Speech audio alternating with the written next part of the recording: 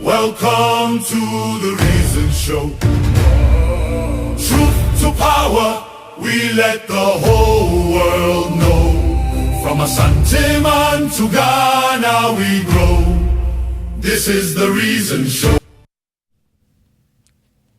Are you very sad? Oh, this is very sad.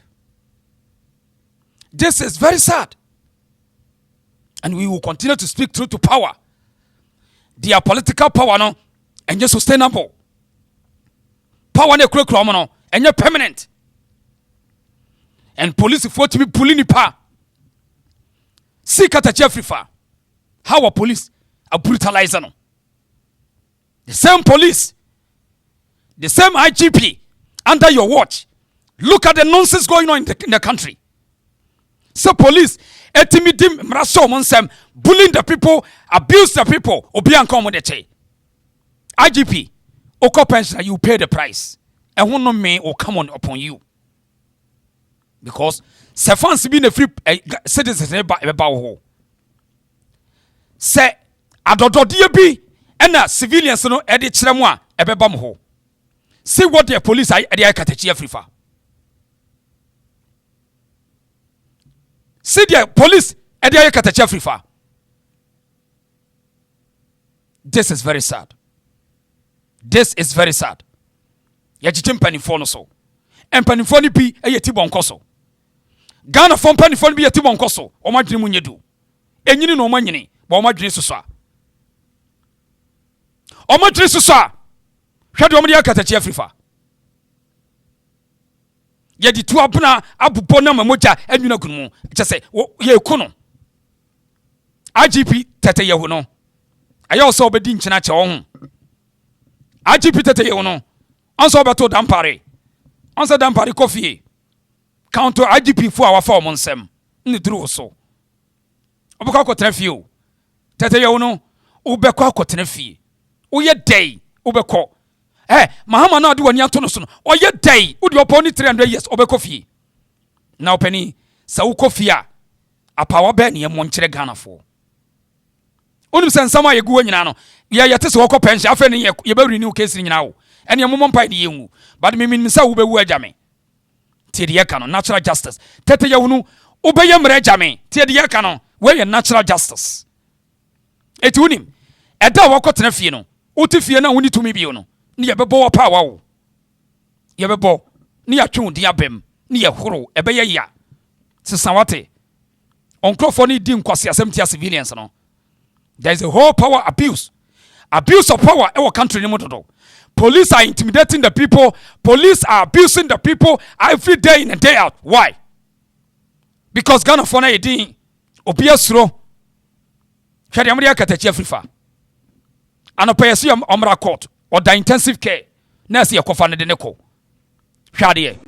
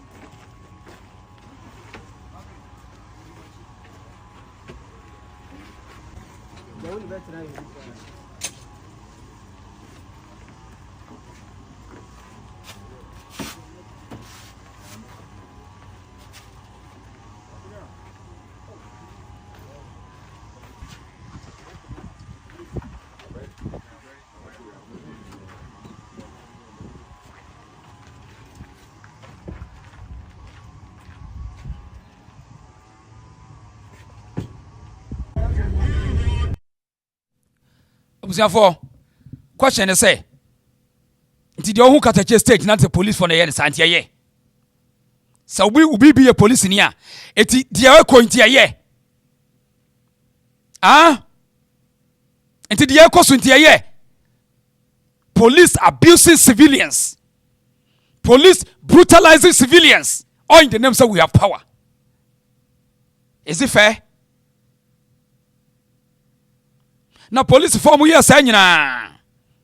Police ni bia wo don sabo Okatakyie. Get ready, because you will pay the price. Police ni bia wo don sabo Okatakyie. Sa wonim se obi ya de a ye che no, ye mono, ye civilians kwa mo question ye say instant justice enye etiamra. Tienye. Police ene Ghana mra eka kire Ghana ni bia say instant justice is against the law. Now police rather ene ye instant justice. Police ni bia wo don saka Okatakyie. Get ready, say you will pay the price, and it will affect you and your entire generation. Curses will come upon you. Police ni bia waji sika di Okatakyie ho. Uji sika wan Nkansah Boadu ho. Se wo man wan siri se wa ya de agifa ka. Sa sika no ebe dane no me e de ama wo ne wabusuafo e wo ba bia wo bia wa asase we so. You will pay the price.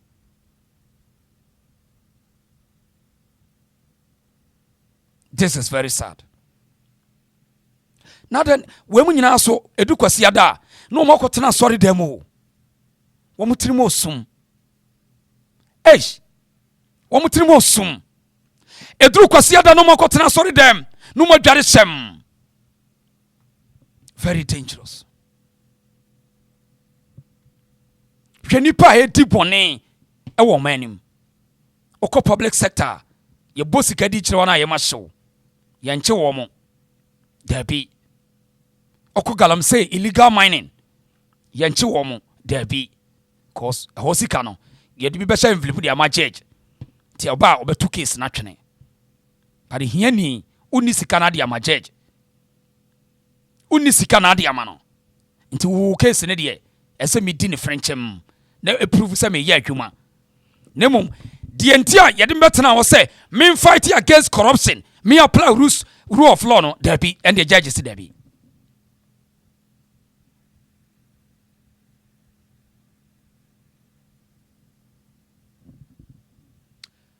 Hey, you free o man bi mo. You be free o man bi mo abusuafo. So uti utena now visualize the setup of your penning phone di o man no a. A danger ahead of us. There's a danger ahead of us. Say, said ye, we call Central America mo ye no. I mean, there's a danger ahead of us. Because, see, ye pennyfo no, some of them no money brad ya to. Eti aman koda no, suya niyama boni. O money brad ya to. Ti ama boni yo mo de, misofori. Manofori. Ye pennyfo no boni yo mo de o. Ti aman koda ni suya boni. Ne mpani no se, nkoda pennyfo no to san ban koda de, niyama boni we. No mo ye o. Yempanifu adi animu nani amani yo. Very sad situation. Very sad. Nanka opposition party sabre yanka abani edi nkwasi asem sei. Sabre na ese mu change gia no. Hwe opposition party no hwe de omo kire. Sabre ena ese nkomo ye dai. E change gia no. Na mo position crofo to defend the constitution, defend the democracy. Almost na ekono. Omo nipa wo on the opposition party na me yade aye omo nipa. Say Okatakyie say as a citizen or enforce the constitution. Eye oman bia oman emani na your right say we will defend the constitution at all time. Enye police ni enye judge nko. You as a citizen, it's your right to defend the constitution at all time. Ayati national anthem no. We should defend the country, no, defend the constitution against any oppressor's rule. It is abren Okatakyie koye dia. Onim renti no ko say we will defend the constitution and rule of law. Election is under rule of law. There is an injunction which places on the election. and obi a friend Nkansah Boadu say mebu so. Obi a friend Nkansah Boadu say mebu so. And obu so. No use state power and we brutalize Okatakyie. You imagine say munkono. Nkansah Boadu say wanted that. Say obi a pra. This is very sad. This is very sad. Ni nyina say to me die yo mo de. To me die yo mo de. To mo bekum. Ti ha say. Sana general secretary person worker. Me nyo obi a me ka party ho asem o. Na say lesson na ye koninti na general secretary. Say one has yes say. Uni afoko. Mone afane say bute. Uni bute. Bo be fa so say. Cha say untumi pe national chairman akonti kwa be so.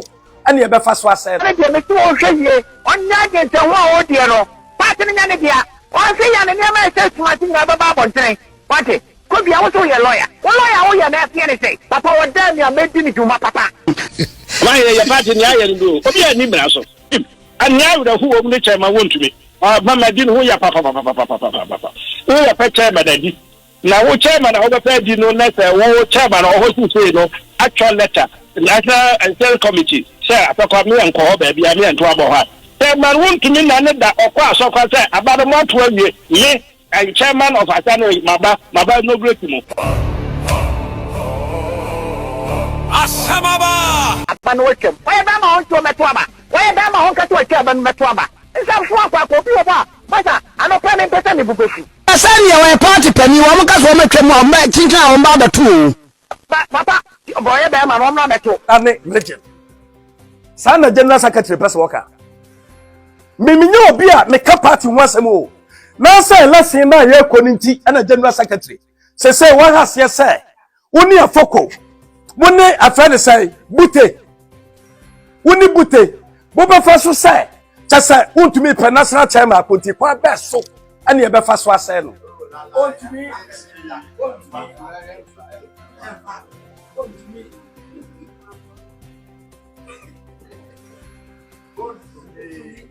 Asante achimfo. Me pese me busa say Asante achim central for omo sore nko ana. Dabi me busa mo. Omo sore nko. Asante achim central for chama untumi maba mo be sore akwa ana. Afi ade na mo blame me. Ade na general secretary ade ntina wo blame me. Aya ho ya na say ye de ya. Aya de ya. Aya de ya. Me kokasa wa radio so but me share party for the American ho asem. Efri say mo na moto aba.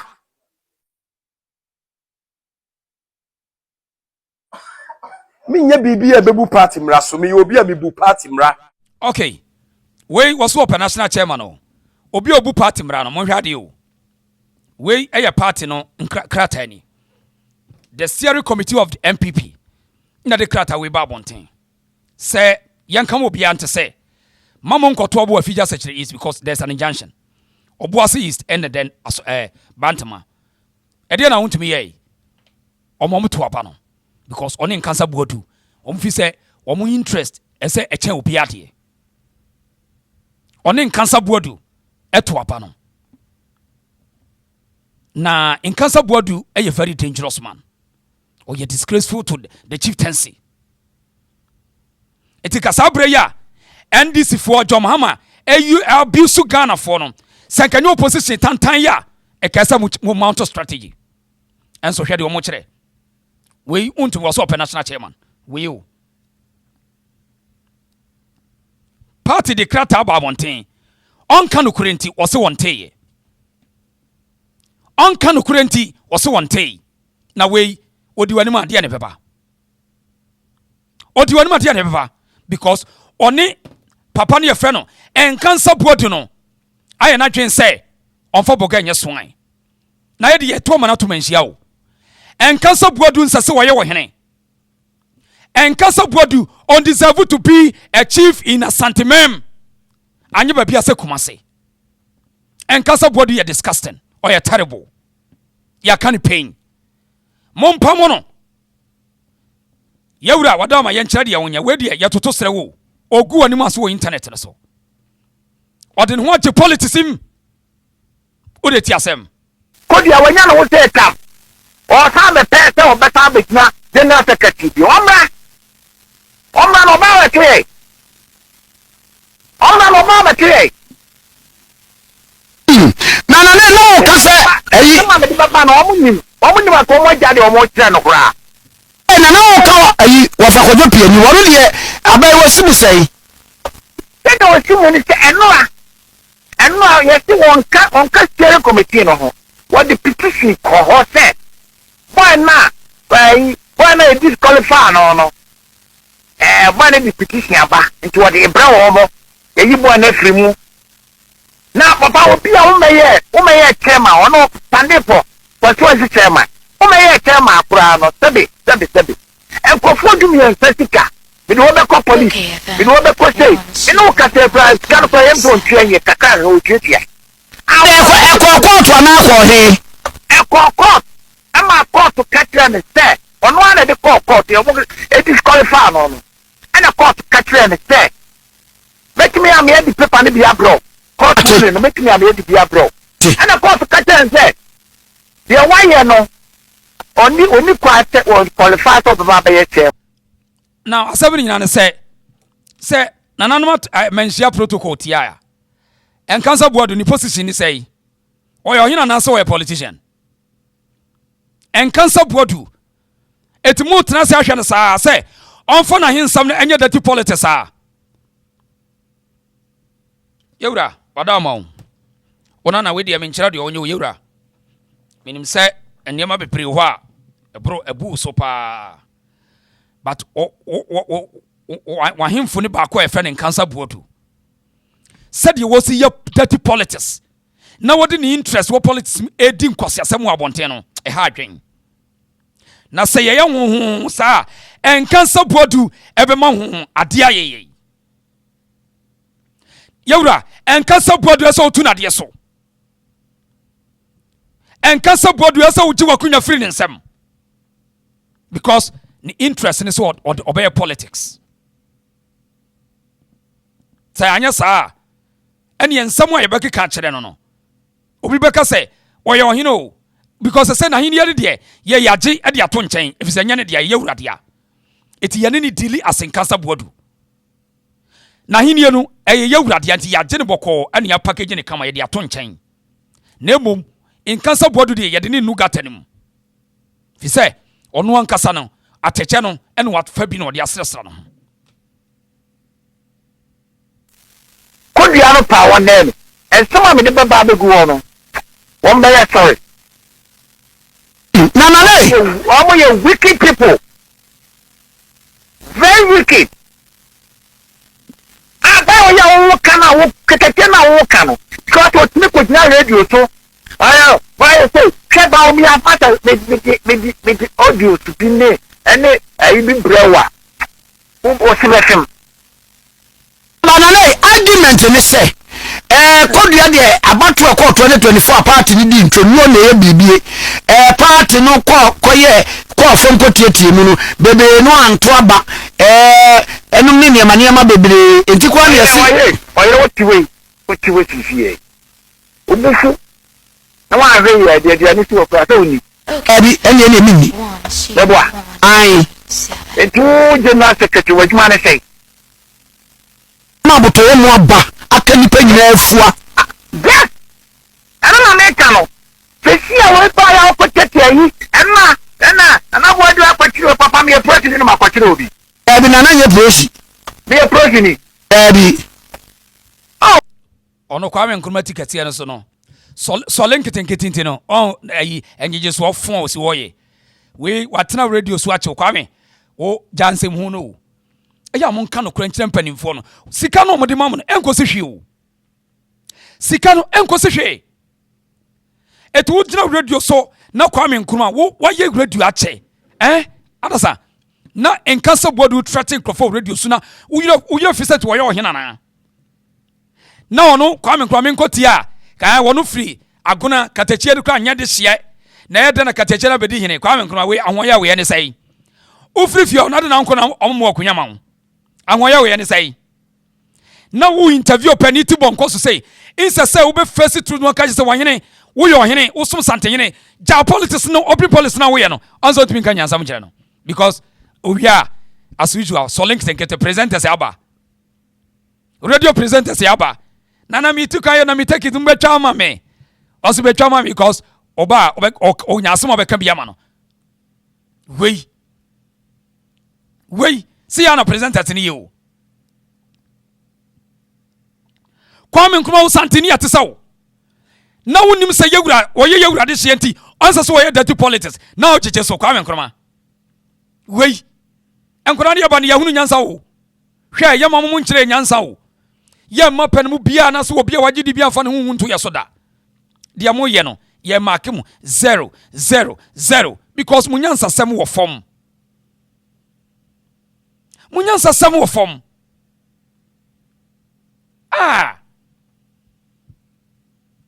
this is the press secretary. Anna, kete. Ye utuma oye general secretary.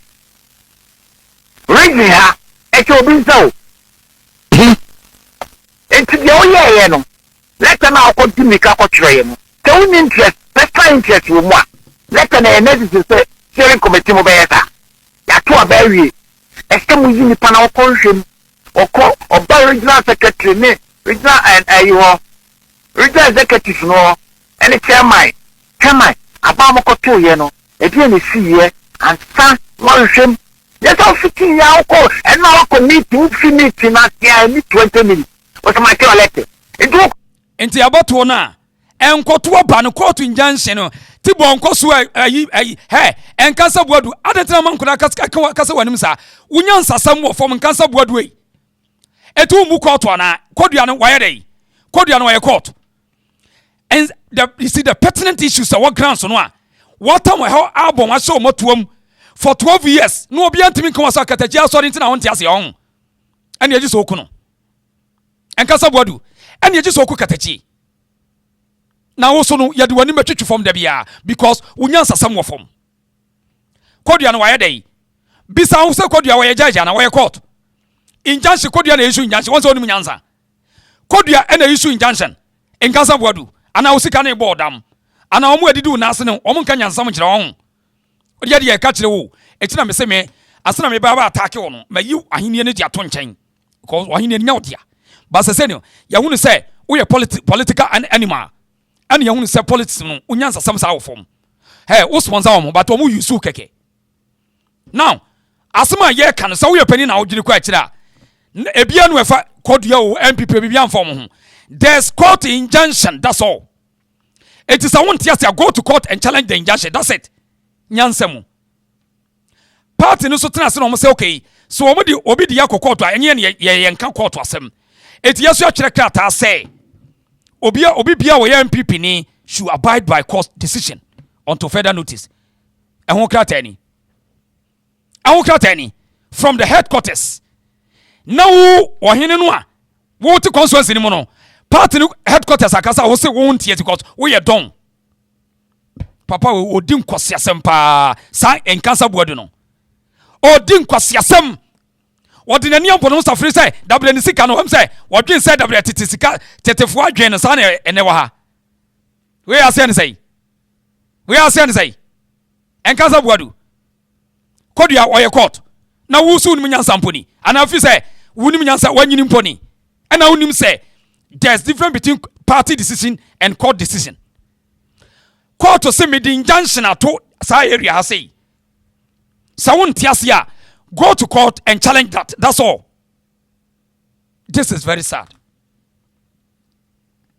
This is so sad. Say ye pensi ye won penifo bi say. Na we ukwaje afutuo we ho. O kwaje afutuo e won Nkansah Boadu ho. Wawu. Better so bepe bodani kura mana tufo. Ma bodani ntufo than Nkansah Boadu. Because oyobia umumra nti ubu nenye. The man does not respect the law. Nkansah Boadu don't respect Ghana the law. So you don't need to respect him. Point and say, I don't know why change na other party no eodia. NPP no unu wa fie fonko na mto Obama party nana. And I also special.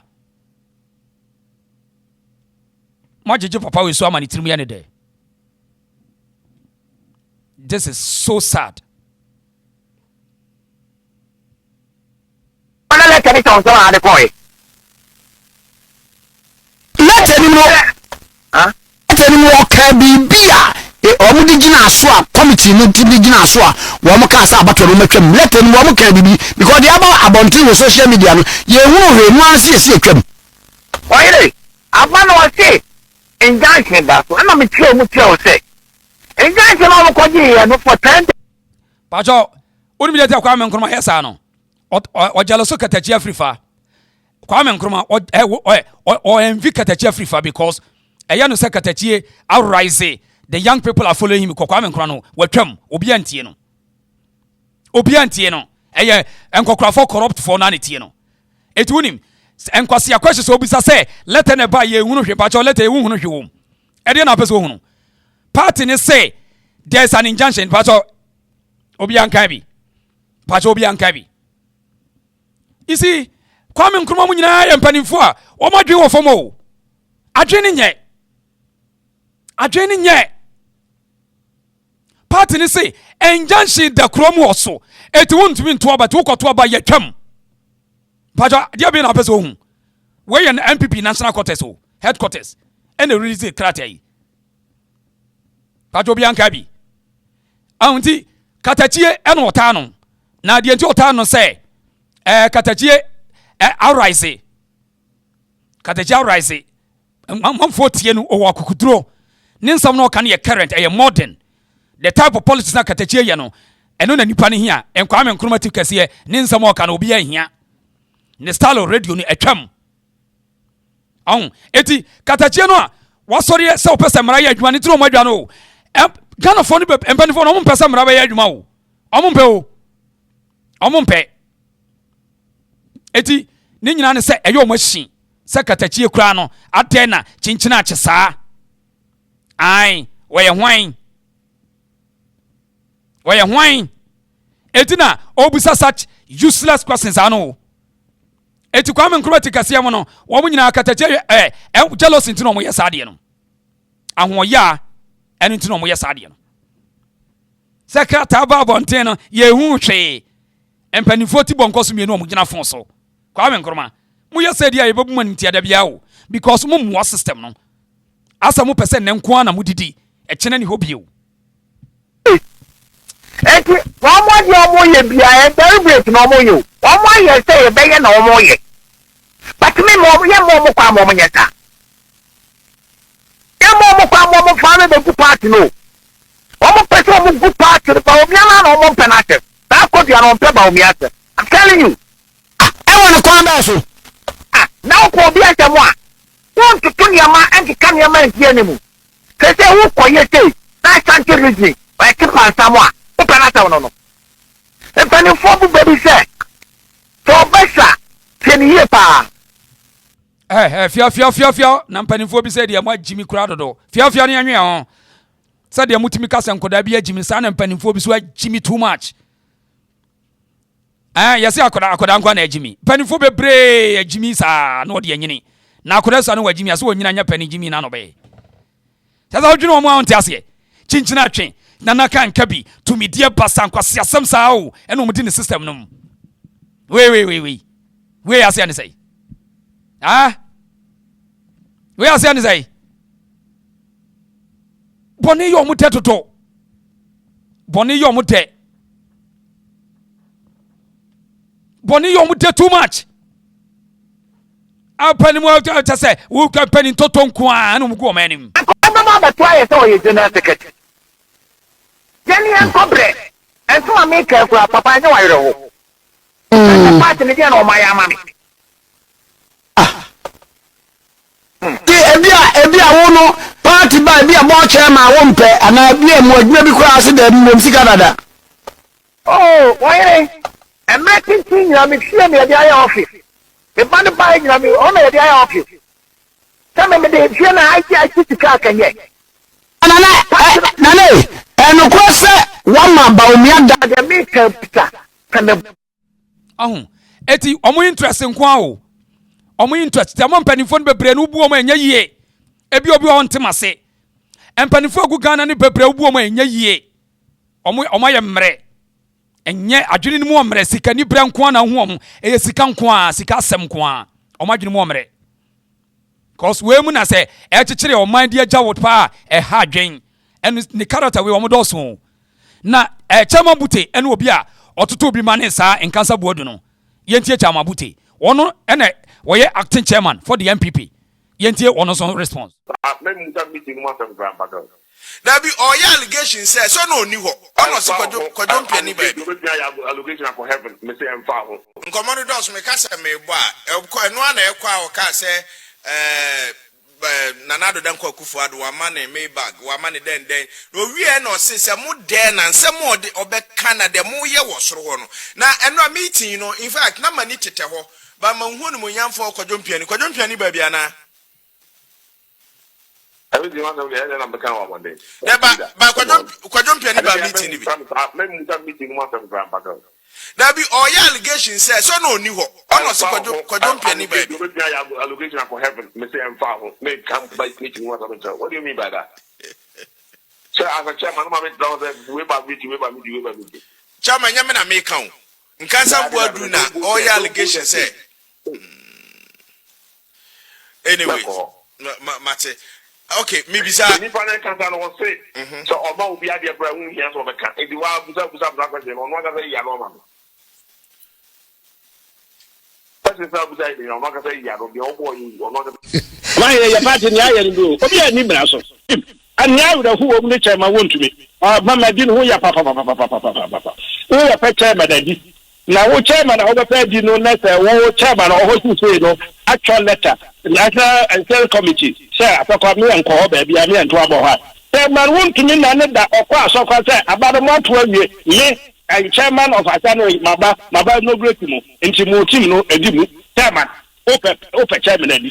Now, you are watching, I don't know. I'm not many other than the super. Are you sure that I can finish our national asset? Yamukano, Yawamun, I should say, your party, no, party in the home. But we are sure, sir, Chairman won't to me the quiet declaration. And the put your level CCR. Again, make way now.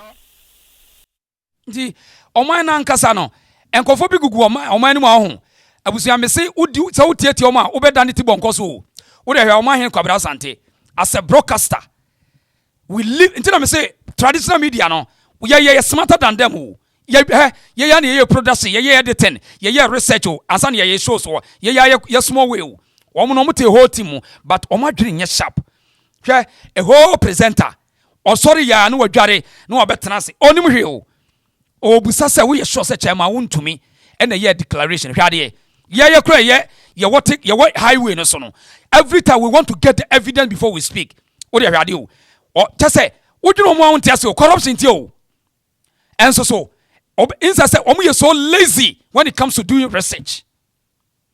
Chairman won't to me the question of course in yet a presenter or represent a story for the people no only idea to obisa say we sure say chairman won't to me ye media Ghana home Saudi wani to say wo wonkofo bi edi wanim na wo mu ye nyansafo aye wo sem o ye ba ye kan o ba bi awiase aduanye age asem ba bi awiase ko obibini life no enye age asem kra. And it's about the facts on the grounds. It is Katie Amon. One a Kwabena Sante interview. And walk a set chairman to Omumra. No be obe to me. Now party after cat I will say, what bueni? A dear non in Nkansah Boadu more interesting here because they want to take control of the party. Normally a almost selfish interest. Inti court to account some no. Who chairman want to go in a court dada. Nsamfu okodi eti enkofo we mu na Nkansah no wo say ya na beba party no di omo party de be ya na eye no de be ya na eye no chama wontumi na koso say omu court no because Nkansah Boadu eta na chi Nkansah Boadu tanechi se wo mon se wo man no se party no yentie cha mabute so di on bai forget channel here or you know one party again back for the sponsor. It's generally no for my flag bearer BB. That's I don't see walk away for the can answer walk for my flag bearer BB. Yeah, that is. Yeah, my letters are. Yeah, from my empty. Yeah, the map also. And I also the second is the name. Register vote wedding. Only a moment letters. It is all for my president in the car, not community car. Yeah, no, party no. No, we don't do things like that. NTCCA or Fred Nanado Danko Kufuado. Now our Fred Dr. Baumia, no more so money party executives in Nkansah because of Papa or the Ayo Mosede, dear Papa on a wish now open or Monya Mana. I know your Papa on the Ayo. Now, party will be able to party. Party when it is only this one. It is so that Harakino or Harakina. That's what I know, proper. Papa will be at the other patrol. What is it?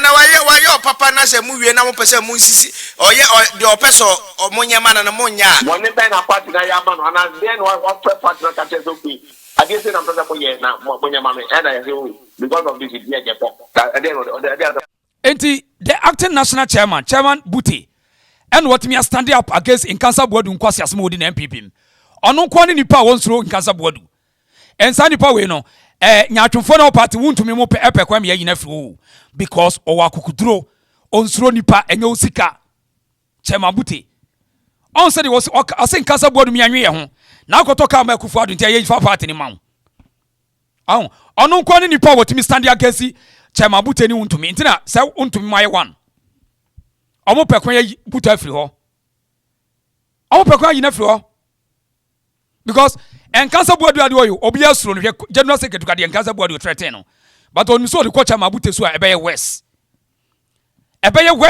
Buti no ntwema Chairman Buti no ntwen enu tina wuntumi ase da bu nani say wa hunu krata Buti di ba because ono pe position Buti wo no NPP awie ye no NPP awie ye no na ohweka obo wo ho no mo a na mo nra mo akwakoye meeting se mo twem na seven predu I'm running the work again. Papa, we have to take now. Now the command from Bella, and now the baby, the party name will go on the prayer. Now, yeah, we're going to do the panel wife on the Chama, I think this is one of the chess keys at the mouth because the man in the question at their political party, no, and you are the acting chair at the political party, no, and the other constituencies and everybody in the political party, what you people can do. Mammy got in the job. Me too. Let me tell you, we will run you. Let me tell you, no, but in Ghana, even the president was doing the drama. Mother, what a Panoto Tena, we have whatever much in the Chama, Sabi, yes, this will be your papa. How now? Dr. Baumia. Why, Papa? Why, the flag bearer, Papa? Why, the former president, Papa? Oh, then there was problem. One in the was one somewhere and they had the only problem. Your party. What they about on this house at the moment? Or party of president pay me in the city with a couple of them flag bearer. I want to know every hour the man that I went to about a year or over the contact because that forget. Suddenly, I don't know why party again back for the sponsor. It's generally no for my flag bearer BB. That's I don't see walk away for the can answer walk for my flag bearer BB. Yeah, that is. Yeah, my letters are. Yeah, from my empty. Yeah, the map also. And I also the secretary name. Register vote wedding. Okay, more letters. It is all for my president in the car, not community car. No, we don't do things like that. NTCCA or Fred Nanado Danko Kufuado. Now our Fred Dr. Baumia, no more so money party executives in Nkansah because of Papa or the Ayo said dear Papa on a wish now open or Monya Mana. I know your Papa on the Ayo. na ọmụ party obi no stay party no party we need to go if you say hierarchy no or respect hierarchy na that's the way we go down me say enyo e proper abo mo bi ade ade control this that what is it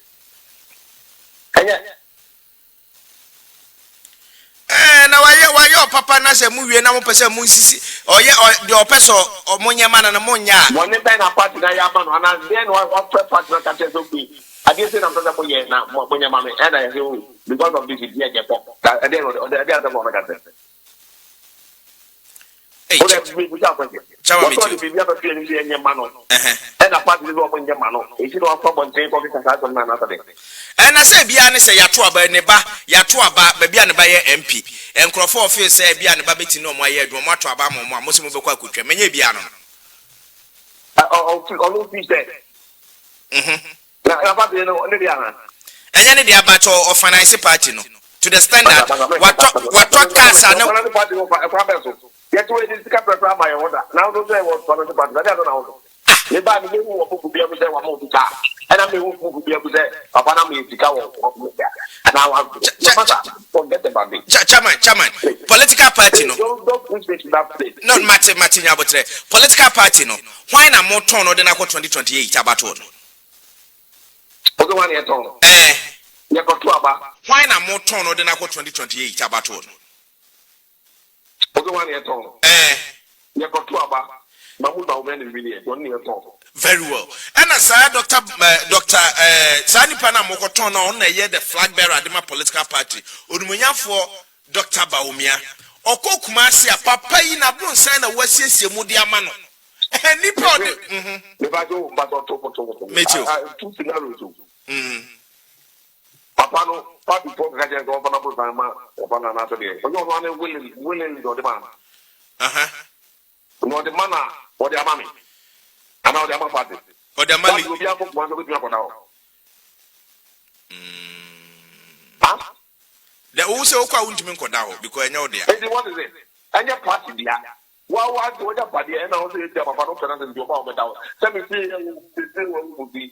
And now, we see what comes to them. Let me see. And then your movies on our. What is it? Chairman, Elbia Kasa ye can would also move from the party side, no. Obinti, mammy, just 40 seconds. Now, me more voice be. Me we are not mean at one common. So, men catch Enti, the acting national chairman Buti, and what to be a man Nkansah Boadu say, Papa no more, Nasa Mojichi Sono. Una Semomi and Papa so there will be a threat will be a threat and so and on which I say on the crown also who's on your party be a mean. Yeah, Chamabuti no. And a Chamabuti so what church and I be actually no. Well, of course, over Trakumasaye, what only sword be so beka. And we are saying, oh, be bold. So what's the cause on this go? Be bold. And a first ten. Oh, Yanti, Ghana phony be pray, are you weak? But sikanya ifragini wansa. Onya strong wa forget it. Eti Chamabute say mon kanchira sa Nkansah Boadu no party ni nyane dia. Ena na do Nkansah ena Baumia Nkansah na Baumia die Baumia nkura so no sebe wabro maso. Baumia wa no ono sese wabro maso. Leader what party mo a leader what party mo a hwede yekoso we so okope power. Okay, NPP for so this year won't pay Baumia asem. Why? Na de Baumia yet who NPP ni anto boko de. Ah, et who leader say ntia ye ma. Enya wanwa, some mo jeje so. Et who political party na leader ni nyanto hu ana. Hey, ugo ka mo so won't pay Baumia asem. Leader ni nye, enu ntina Nkansah Boadu yesa no. Hwede oni wonto me kire. Wait we active chairman we so omo bo no poso mbe yin afri ho. Hey, NPP for Baumia team no. Chamabute omo mpenase because ono untimi fa nkwase asem mananim. Ye kan pain. Omo prepare so mbe yin afri ho. Inti abeme beden na opposition party etima ye strong. Etimi asori ye gina NDC ni joma ama nkwase asem omudi ni country nim. Omo ntimi. Ye nto aso. A very sad situation e woman no.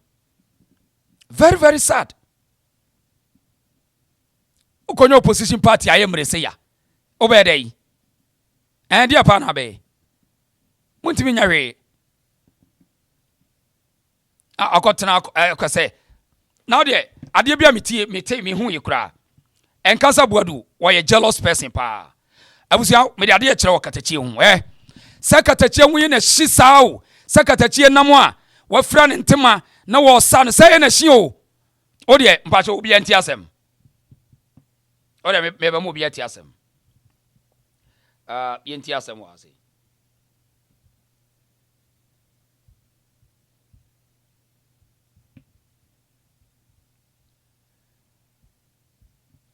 ade embo neba o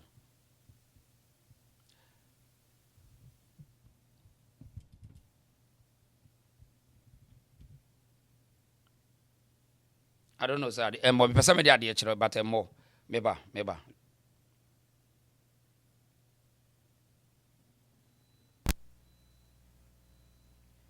se Okatakyie hu ye na shipa o ne hu ye na shipa pa 1 2 I don't know demo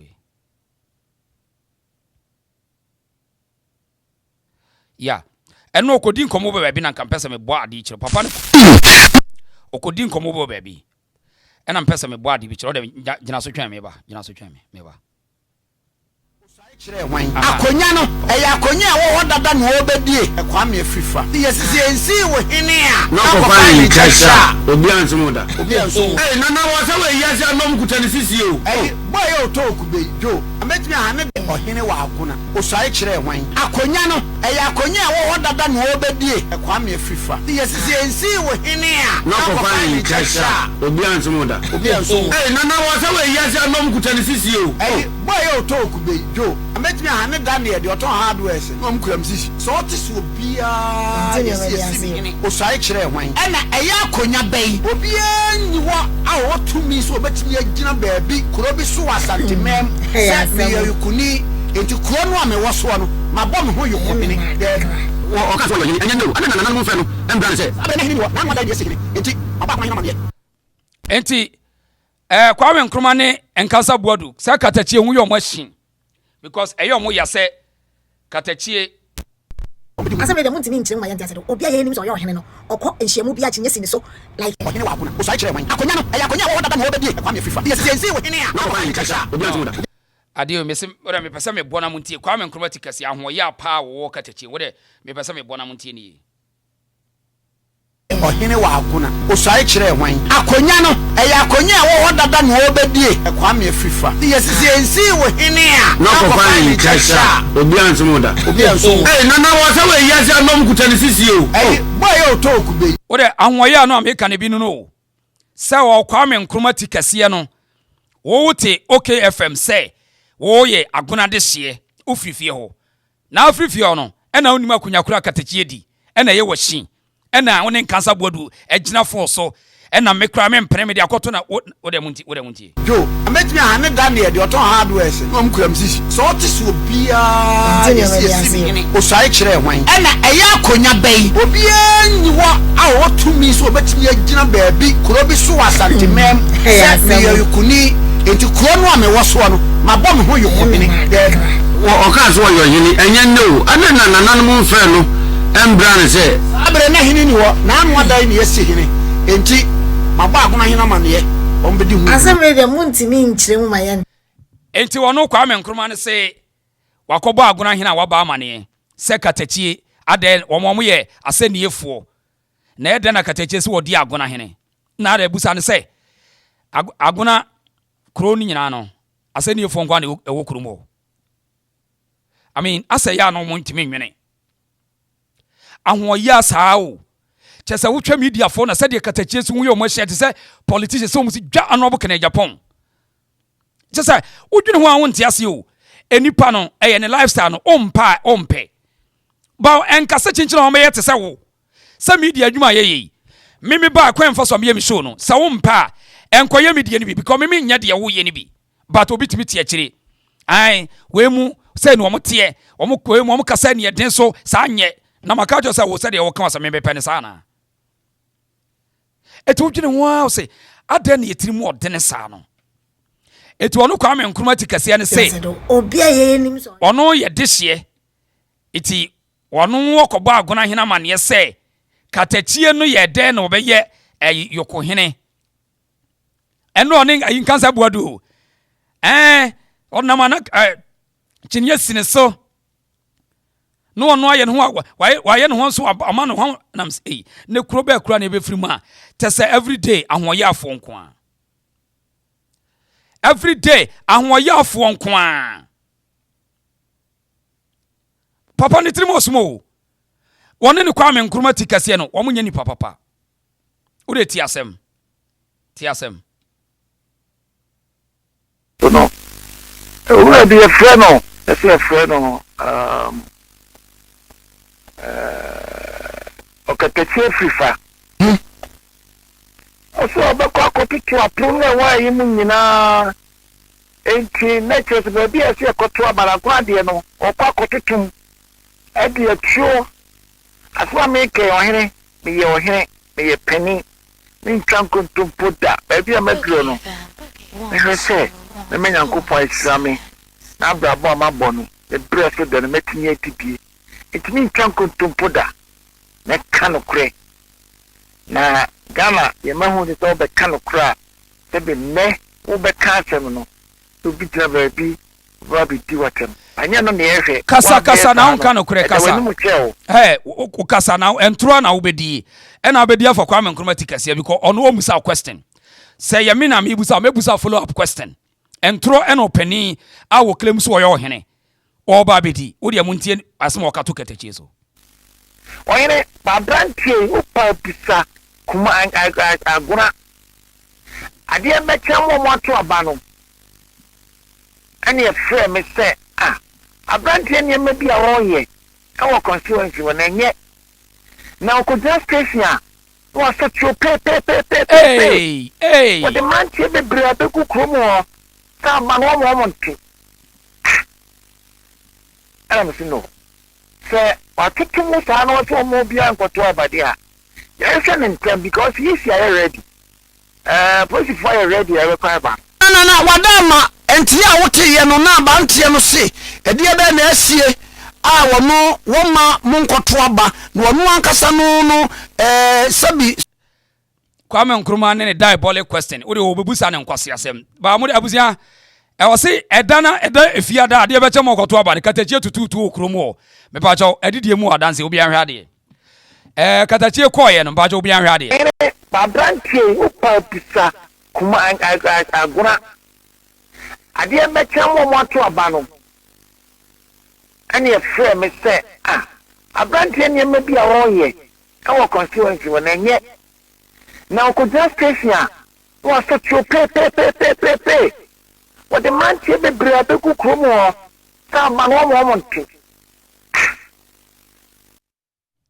Ghana for enipa no yeso wotututu pepe no ena emanfo ha agena no de yeso wokura tuo no nti we yohina o oyohina obekoso wo tibonkoso won tuufo pani nkwase ya se obekoso won tuufo pani tibonkoso sei udati o twatro daylight o twatro because o sika e de tonkwase afo bo no ho ban Okatakyie no yeso wotututu pepe no ena ni pe ha agena na wiase me ba ya me hu se obi kuratu ma won shot na manfo ha agena me ba wiase me hu bi da se nipa o kuratu ototo ya tututuo pepe no na manfo ha agena Friday no enie ansa na Saturday no enu Okatakyie nie ba jo monhwe tuo na ototo no Okatakyie tututuo ndo monhwe am no se watutu mu sa na wato mo bia nkoto abade a yes and because he's ready police fire ready I require back na wadama enti a wote ye no na ba ntie no se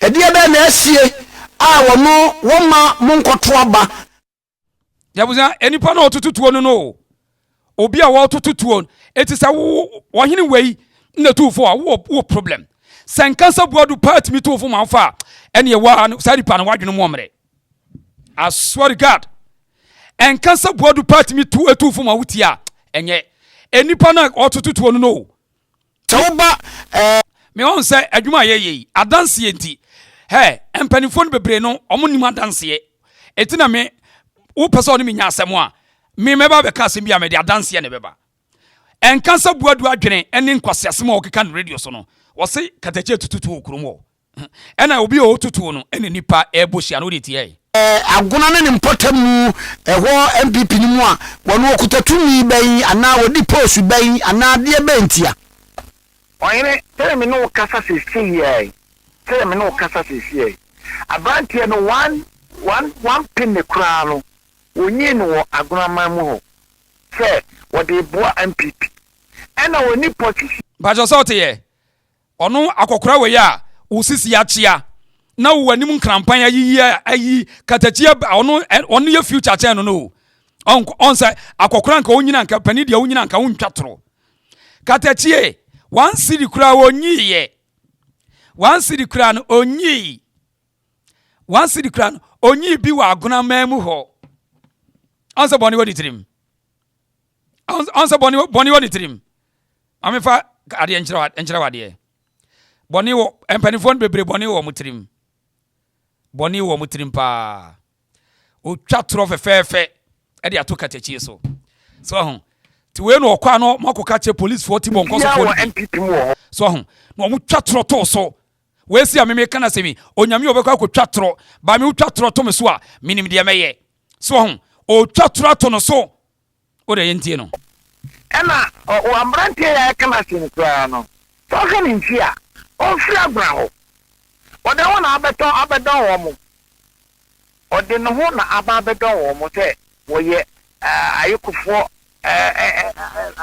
ayekuhene na asantimamu a yeni ayekuhene ba ya wo yuhene ba akopɛ ono otumfo ayekuhene nti wono wonya no ho sɛ abre krono obi anim woni position dia na now abusia adidie mu adanse wo se Okatakyie nyehwe ba cha mo hwe kwa Afrifa ni wo kotu nsuo di mane kromfo hwade oda obi anhwe o oda obi anhwe bi onse wo hene wo yeti bonkoso ohene kohwini a wonka no kore Okatakyie niam a wo ye no krom ono ko onfa camera nto so mo de mo hwe Okatakyie ni o oda obi anhwe enti se uti krom a ho na sa mpanimfo bi entie wo mo eta ohene ayi Nkansah Boadu mutap entie no ema ne ka wodam hunahuna woda oni anim onyambia ode mu nhwe Okatakyie ni o oso won free krom ho Okatakyie kro ya hoho eno oso ya ayekofo hene ode hwade kwa Afrifa ni o ode mo hwe watu nsuo se omonom nsuo ye nkwa no ohene ti bonkoso o twatro ato Okatakyie so o twatro ato no so ohene ti bonkoso ahwo ya ni jimi ndi we osu wo pani wa munu ho imu no pani bia wa munu bia munu da aguna ko nti one kwa menkro omo be wurane another agenda afede Okatakyie kura nye aguna ni biu yentie wo mwen nya konfo no hia konya no ye yasenefo ne ye die fie ona mfiri aguna ai yasenefo akonya mi misum di bi kura e ofie ye nya yoko afede won say akwai say girl bia batam wo ho na boys wo town na boys ni nyina no omano monyo Mr POP na baako smart no watimi aye wild na ga na tweama no ebi na Kwame Nkrumah wo yi Kwame Nkrumah tikase se ono firi agona ahemfie akunya nkro timi dibi mumusa no se obi aso mu ana ada na nkonko dibi mimi firi ho Okatakyie di on firi ho wo de muntie yentie no enti na asantimamu a yeni ayekuhene ba ya wo yuhene ba akopɛ ono otumfo ayekuhene na we woni mama mre kura so pacho ayekofo ayo ewo wiase ye ba ewo asantimam ye ba ko ewom se ye fra bibi se ye woyeku piesie ase dia na piesie woyeku piesie ni santehene ena o santehene na busua pani ayekofo na busua pani adakwaja ache ene wo mo ewo no wo mo na adakwa ayekohene na busua pani ene wo ho nanso so ye ayekofo ba bia etudu abusua na ayekofo ho a mimi papa ayekofo abusua pani onye otumfo abusua pani wan say we Nkansah Boadu so we yo hene o na nya nwanwa enzema ho no mini o de me enya nwanwa na ti omi ba o mimi to mpa ya yikuni eti adokwaja achefo no eti wo mabusu apani chincha se okoyo otumfu abusu apani enso we yo hene wa bon we yo eti na mre bi yewura ka se ahemfo no bebre na so mo sa o sha asese ade wo mu ko school because wo mu nimpani nsani masantesem we ya hene o se obi ti ba bi se ono ye ayokofo a wo ho no eno mo so omo hene ni a wo so won TV da wo so won TV da o because ayokofo nyina hene ye ba abusu apani ye ba akopɛ ho na ka kire o sante hene na ye ayokopiesie ayokofo nyina ye piesie na se aduanafo nyina fresh munya fi se asante akunya ayoko ne ayokofo na edi a wo ma de sa de hye no yokopiesie ne sante hene eti wono na busu apani ayokofo eye den na obi ti ba bi se ma ayokofo o mampon ayokofo ba bi no so mo to no so mo busu apani a wo so wajiga wo mfa ho we so di hene tonton sansan fo we nyina di hene wo sante mem ebe de ye mre kono obia ni woni position dia na eyi na ne aguna konya konfonochi akonya no ye yasenefo ne ye die fie onam firi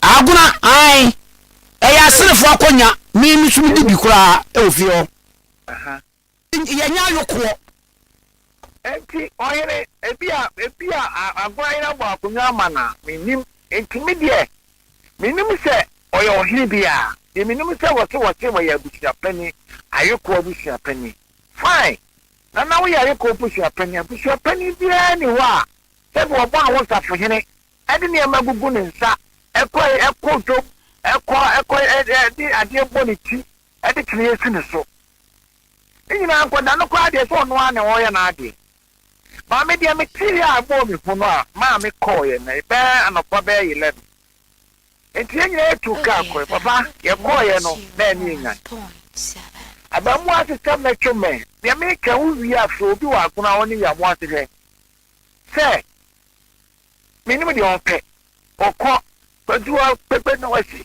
ya mo assistation ho ya mo assistation card lorry fare lorry station abusiafo Nkansah Boadu oye disgrace Nkansah Boadu mesi free na komi mu ni bieu aboa akoy kobo free na ko Nkansah Boadu ense se obu ni bieu because omu no ho papa ni mu no ho kra o otwa tro otwa one Okatakyie ni onam station no ono omo na end one ba bia ni okotwitu ba branche upa pisa kuma aguna ade mecha mo to abano ani efre me se abranche ni me bia wo ye e wo constituency wona nye na okoja station wo so cho pe what the man say be bra be ku kromo sa man wo mo nti am si no se wa tutu mu sa na wo mo bia nkoto abade a yes and because he is ready positive enti Okatakyie na nam street ni station na ho kan ni o ehfa na wo tweetu na mpanimfo we bonenti yentwa Toronto Okatakyie because abrantie bia wo wa akukudura sori sa na mpanimfo ne yewu di o mani kira no se akoda bia na koma etu na won so free mpanimu ne baaye no wabeto mo na akoda no eye something different ade o mo mpa no afa kura de wonye yini won free agona ho na ba wiase mimiti yi se me yaduanani a maka jo se me frɛ sumunya nanso so ya hin nkuro ani asumunya nti so obi ya yukuni a kinjira yeso woni otumfuro ofuro otumfo fi da bi nya sa nete we wo so wo ye hene obi eye asechireni enso bi kura no wono wo mfira makom obi aseni ani ebi su kura so a no wo ba bi ofi na we ase ene sei we wo so wo ye hene o ye yewura wadama o onkrofo no ebi ha adwen we wo gu sante hene animu ase o wabon Nkansah Boadu wabon papa akokora taakom a waye twan seche wingam na boni ahye na dwene mu ma entro akokora panimu a akokora tipa we dey wo benyini a wo mrantie ene beba be fa ofuna daka ye ya ne ye beba ochoboi ubodwa ankoda ne mrantie ne ye beba hwebone a wodi ti ankoda hwentro pa Nkansah Boadu wotwa pa menyini se me di wo mo nwoma mu ana ye di ni nwoma biam di ni nwoma biam kwame di ni upa bisa ko se ni di ni nwoma biam na me dia mentia se ne se abade se ye so ba be pre MP na a whole presenter as Kwame Nkrumah tikase busa se Okatakyie no aso ofri Afghanistan aba just a diabolic interview we obesa hia no say complete Ghana nipa nka no kru enso ye Kwame Nkrumah tikase nkwase ase mote radio so ka Okatakyie na to aba free no krum every time no krum no to aba say ni din ni NPP ngomam ye diabolic yo mo de o just empanimfo bi ho a entina ye subject to for critical analysis bi mu ntia se no ubu om enye yi nkwase asem wo mafa dodo ntro no wode ne mpani yo no akata so no wo se nkura no ntie no da bi ye ntie o ebra sesa ye wo a civilized world o and ye wo a global village ye wo information society which information panini you know enkyere se memena so opanini hu a mebetimi akọ hwede aba so there's no need for me to wait for opani bia opani your penny nsa na menya me nkoda asem but wodi agura anhwe me nkoda asem ebe ye nyansasem achen penny nsem yemfa ne bullshit ni nsia say on na yen call second you meet me next you so ebre ni nti wodi echena ye begura sa asem pacho share page ni mame pacho order bomodi a share page na asem ame ba be ke hu hiampa said na me Okatakyie omama ne bill of 100,000 Ghana cedi 1 billion oyare asa go back to hospital enti mo amobompa mo bi man why because adna affect ne kon anity oblidi anope okokot ye de to ambulance no okokot ti amane bill pacho like video ne share mama na me be call story bi so asem ni hiampa share page na like mama why na subscribe to the channel pacho obia subscribe na yenka jangum I had the reason your bomba diani yenka jangum why na yenka jangum me ba sisi ani ato so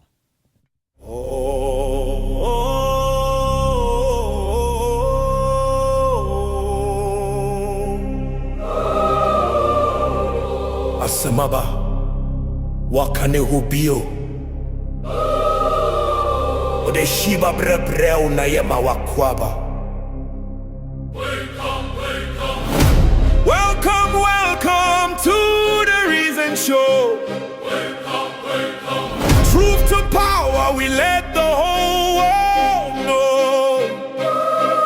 From Asante man to Ghana we grow. This is the Reason Show.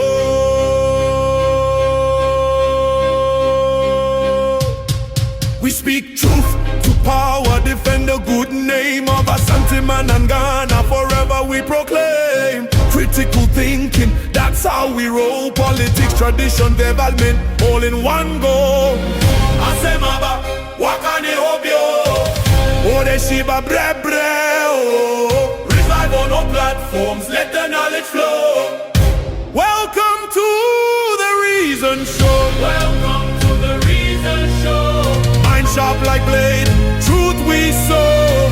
Critical minds, we let it glow. Yema wakwa.